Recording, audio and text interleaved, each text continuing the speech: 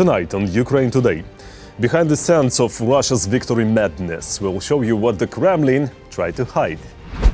A parade of war criminals in Moscow. Which world leaders showed up and what exactly did they see on Red Square?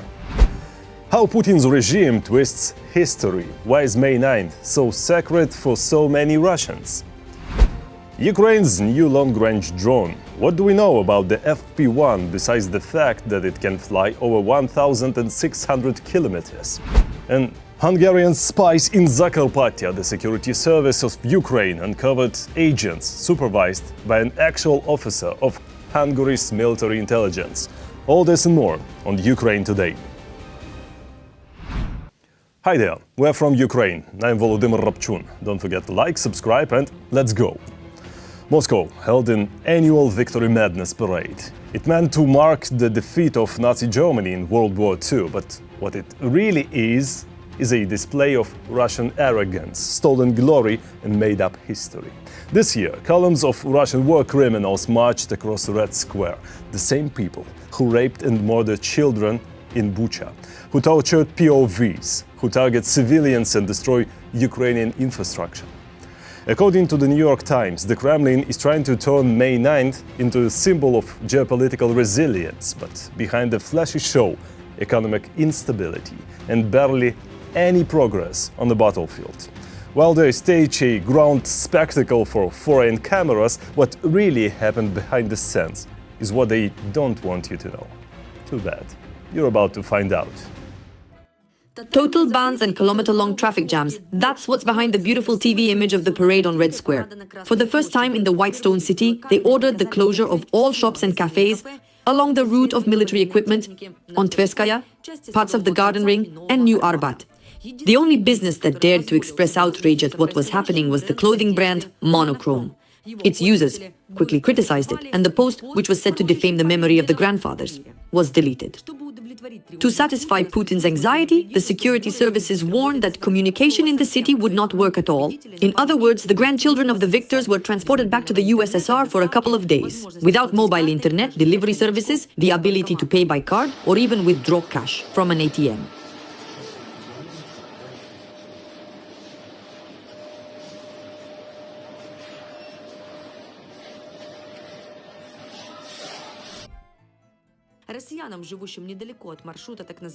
Russians living near the route of the so-called Victory Parade were advised to temporarily leave their homes, or at least not to stick their heads out. Over there, it's blocked off. Oh, they're turning the car around.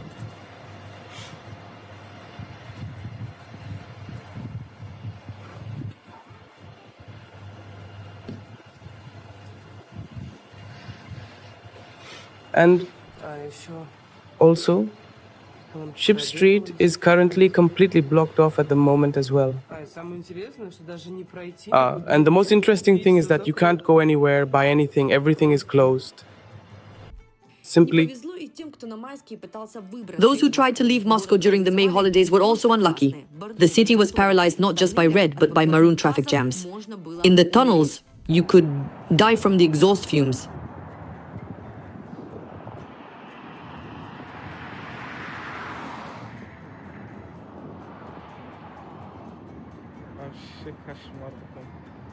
It's a total nightmare. Damn it. But the unluckiest were those Russians, and this is not just about the capital, who relied on air travel during the pre-holiday days. Due to issues at the airports, around 300 flights were cancelled or rescheduled. Some passengers waited for their flights for more than 30 hours. Naturally, the airlines did not want to anger the Russians by reminding them that they live in a country that started military aggression and simply ignored the requests. Hotel rooms and meal vouchers quickly ran out. Today, long weeks. We are not resting! Look, the plane is just standing there. Due to the aviation collapse and the Baltic countries refusing to provide their airspace, the president of Serbia had to fly around the world. Vučić traveled to meet Putin via Baku and recorded a video on Red Square that same evening. I am absolutely not concerned about what someone else in the world might think or say. I was chosen by the Serbian people. I was elected by the citizens of Serbia. I am not elected in Riga, Tallinn, Vilnius, or anywhere else. Someone who didn't have to zigzag around the world on the way to Moscow was Xi Jinping. Moreover, he was welcomed like a rock star. Local Chinese were gathered at the hotel, having rehearsed in advance.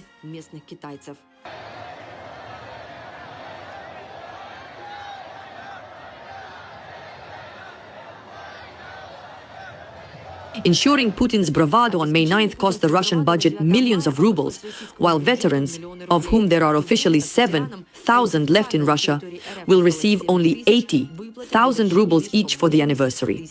This is 10 times less than what grandparents in Uzbekistan and Kazakhstan will receive. Vladimir Vladimirovich! I tried to win. I was there until the very end. And what? I live in a mess. Everything is leaking, I'm rotting. The house has decayed. Impossible! I love my motherland. I have dedicated my whole life to it. I was on the front until victory. And now I get zero attention. No help for me at all. They only insult me, come, laugh at me, and leave as if I'm a fool. Parade of winners.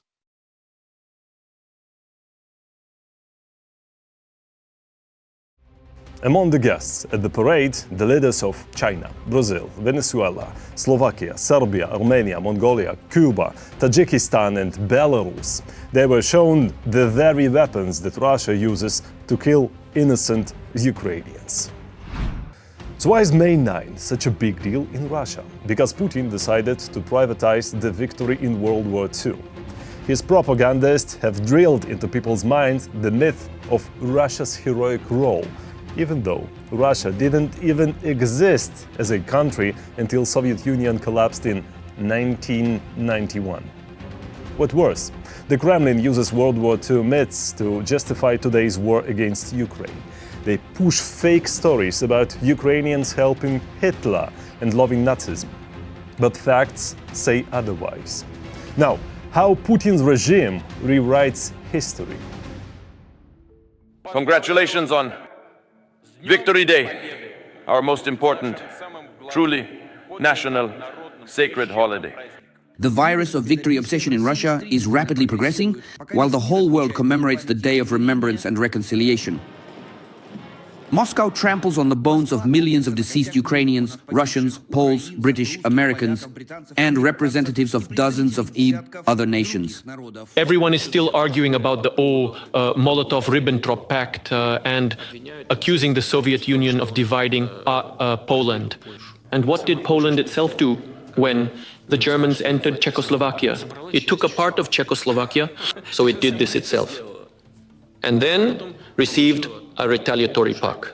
Ukrainian warriors were already fighting against Hitler's allies, the Hungarians, in 1939, who entered Transcarpathian Ukraine. In fact, in March 1939, during 3 days of fighting, the Hungarian army occupied Transcarpathia. And at the same time, the Transcarpathian Ukrainians were the first in Europe to offer armed resistance to Hitler's plans and his allies to globally reshape Europe. Victory Day is the main bond and foundation of Putin's regime.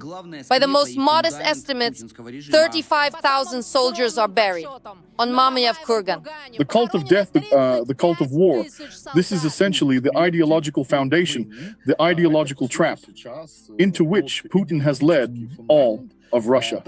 And getting out of it in the near future, or perhaps at all, in principle may no longer be possible. The distortion of history, especially the times of World War II, began in Russia long before the full-scale invasion and even the occupation of Crimea. The greatest losses in the Great Patriotic War were suffered by the RSFSR. More than 70% of the losses. This means that the war was won, I don't want to offend anyone, but mainly due to the resources, both human and industrial, of the Russian Federation. This is a historical fact, it's all documented. During the so-called Great Patriotic War, about 34 million people were mobilized throughout the entire USSR. Almost 25% of them were Ukrainians. About 7,700,000 Ukrainians were mobilized between 1941 and 1945 into the Red Army. This mobilization into the Red Army occurred in two waves. The first wave was in 1941. The second wave was after 1943. 3,200,000 in 1941 and 4.5 million in 1943. This was from the moment the Nazis began to be expelled from the territory of Ukraine. But Ukrainians contributed not only quantitatively, but also qualitatively to the USSR's victory over the Nazis. In fact, the Red Army was largely led by Ukrainians. The highest command staff, 9 Ukrainian military leaders who would become future marshals of the Soviet Union,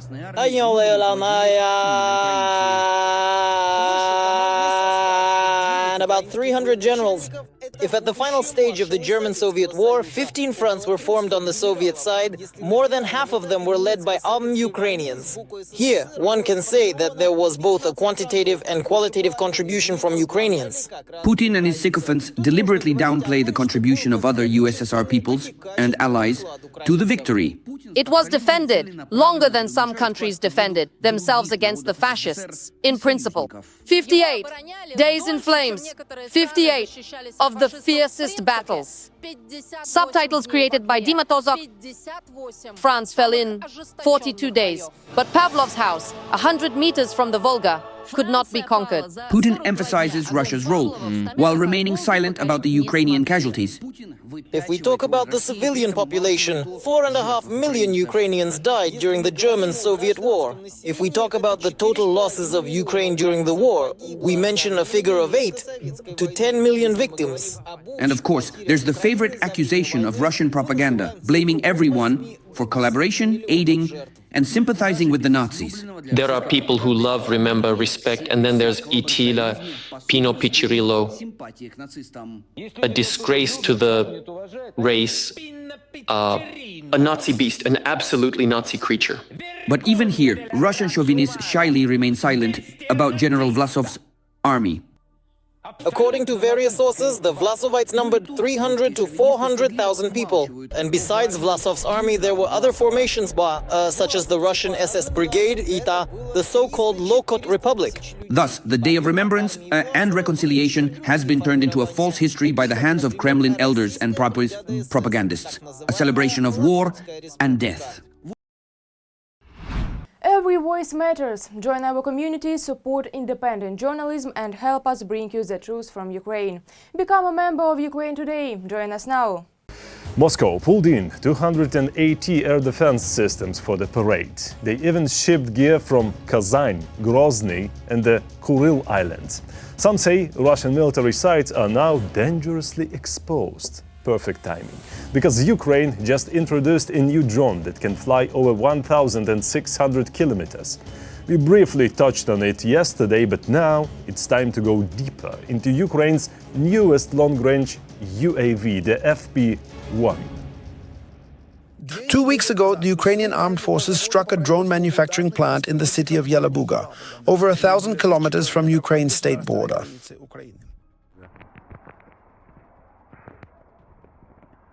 The plant produces about 300 different drones per day. Ukrainian drones bypassed the porous Russian air defense and damaged the UAV final assembly workshops.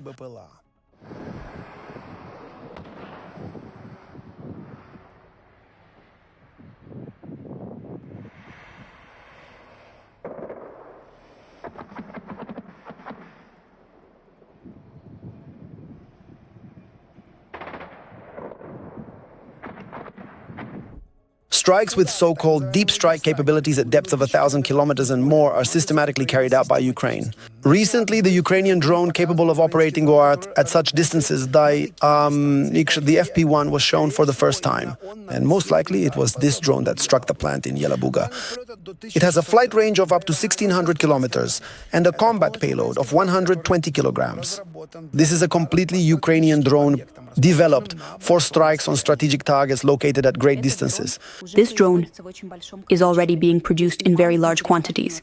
and there is considerable interest from partners. This product was born in Ukraine and was quickly scaled up. This is another thing we can share with our partners. In the development of the FP1, engineers faced a number of difficult tasks. How to counteract electronic warfare systems at such a distance, how to cover long distances and at the same time ensure that the warhead has significant weight. Now, this deep strike systematically delivers a blow, and its production is only scaling up. We can talk about the technological execution of this product and the quality of its implementation. Ukraine has overcome a number of problems that allowed the creation of unmanned systems meeting the requirements of modern missiles. Those that are accurate in hitting targets and can bypass electronic warfare systems capable of operating without a satellite signal. Russia is currently relocating its strategic aviation to the Belaya Air Base, which is located more than 4,000 kilometers from Ukraine's borders. The weight of the FP1 warhead can be adjusted depending on the distance it needs to cover. For Ukraine, such deep strikes have two objectives. The first is to strike strategic targets at great depth, and the second is to show the world that Russia is not as strong as it seems, and their air defense is toothless.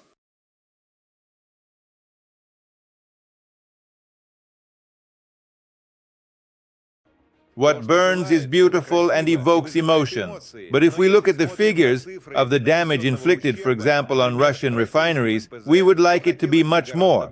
In the year 2024, we managed to reduce Russia's oil processing by something like a few percent. When we see strikes on oil depots, we often hear about a few tanks being hit, while there could be 50 tanks at just one site.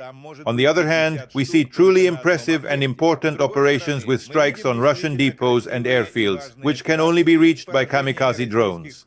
In any case, our deep strikes and the tactics of their application must evolve or perish, like everything else in this war. Larger warhead, greater range, speed, reduced visibility, better navigation protection, convenient launch method, precise targeting, use of decoys, and so on. Last year, President Volodymyr Zelensky tasked the production of 30,000 long-range drones by 2025, including the FP1. The contracting and delivery of deep strike systems to the armed forces of Ukraine is ahead of schedule. Ukraine is fighting for freedom. Support independent Ukrainian journalism so we can keep telling you the truth about this war. Click the link down in the description below and become our sponsor. Together to victory. Also, hit that like button if you haven't already. It really helps the channel grow. Meanwhile, Russia cannot expect to be given any territory it hasn't even captured. That's what the US Vice President J.D. Vance told Fox News.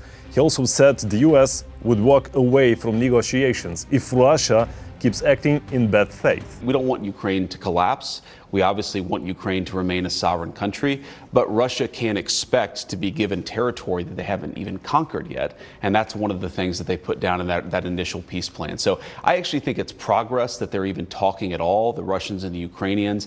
I think it's progress that they're putting concrete peace plans on the table. But we knew that the Russians' first offer would be too much. We knew that they would ask for more than was reasonable to give. That's how negotiations often work. I'm not bothered by that. What would bother me is if we conclude that the Russians are not engaging in the negotiation in good faith. And if that happens, yeah, we're going to walk away.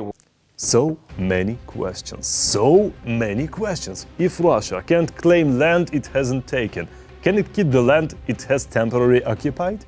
Will Ukraine get parts of Kursk and Belgorod regions, where our defense forces are active? Or if the US quits the talks, will that stop weapons delivery to Ukraine? Will the US start selling weapons to Russia now? Let's hope we get answers. Sooner, the better. Also worth mentioning, the Ukraine-US deal on critical minerals. That's a big piece of this partnership puzzle. The agreement is fully ready and approved. The US President Donald Trump just spoke about it. We just concluded the rare earth deal with Ukraine. That's been fully ratified and approved by their legislative branches, and so we appreciate that, and I'll be speaking with the president in a little while, a little bit later, and we appreciate that, but the deal is all now signed up and ratified, and we have access to a massive amount of very, very high quality rare earth. And yes, that phone call actually happened. Ukrainian President Volodymyr Zelensky and President Trump confirmed the ratification of the economic partnership deal. They also talk about peace efforts. Trump said he wants the war to end, he's ready to help, and he supports a ceasefire. Both sides agreed to keep in close contact. Zelensky also spoke with European leaders. I spoke with the new German Chancellor Friedrich Merz. We agreed to cooperate. There are already concrete things we can do together, and decisions will be made. I spoke today with the President of the European Commission, Ursula von der Leyen. We discussed our steps, our accession to the European Union, our negotiations, our defense support, support for our state, for our resilience. We must continue to defend Ukraine and our entire Europe together.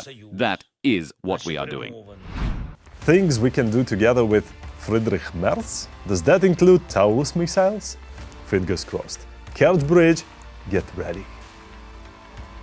Chancellor Merz, for his part, also had a phone call with Trump.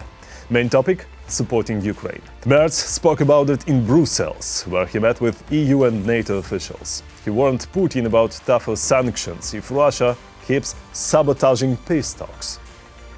We will continue to support Ukraine in close cooperation with our European partners. We will help them to continue to defend themselves effectively. And we stand ready to exert further pressure on Russia if necessary. We call on Russia to finally embark on the path to genuine peace negotiations. If this does not happen, we will not hesitate to further increase the pressure of sanctions together with our European partners and the United States of America. Meanwhile, EU foreign ministers have approved the creation of a special tribunal to prosecute Russia for crimes of aggression. The official document is expected to be finalized in Luxembourg on May 13-14. Ukraine will present its formal demands right away. And finally, Hungary has been spying on Ukraine in Transcarpathia. That's according to Ukraine's security service. They exposed Hungarian agents supervised by an actual officer of Hungary's military intelligence. These spies were collecting info on how locals might react if Hungarian troops entered Ukrainian territory, weak spots in Ukrainian air defenses, the location of defense forces, and even how many planes and helicopters are stationed in Transcarpathia. The Hungarian foreign minister said that Budapest has not yet received any official notification from Ukraine regarding the exposure of Hungarian military intelligence agents. We'll be watching this one closely. That's it for today. Thank you for staying with us. We read your comments and feel your support. Strength to our defenders. Glory to Ukraine. Like, subscribe, and see you soon.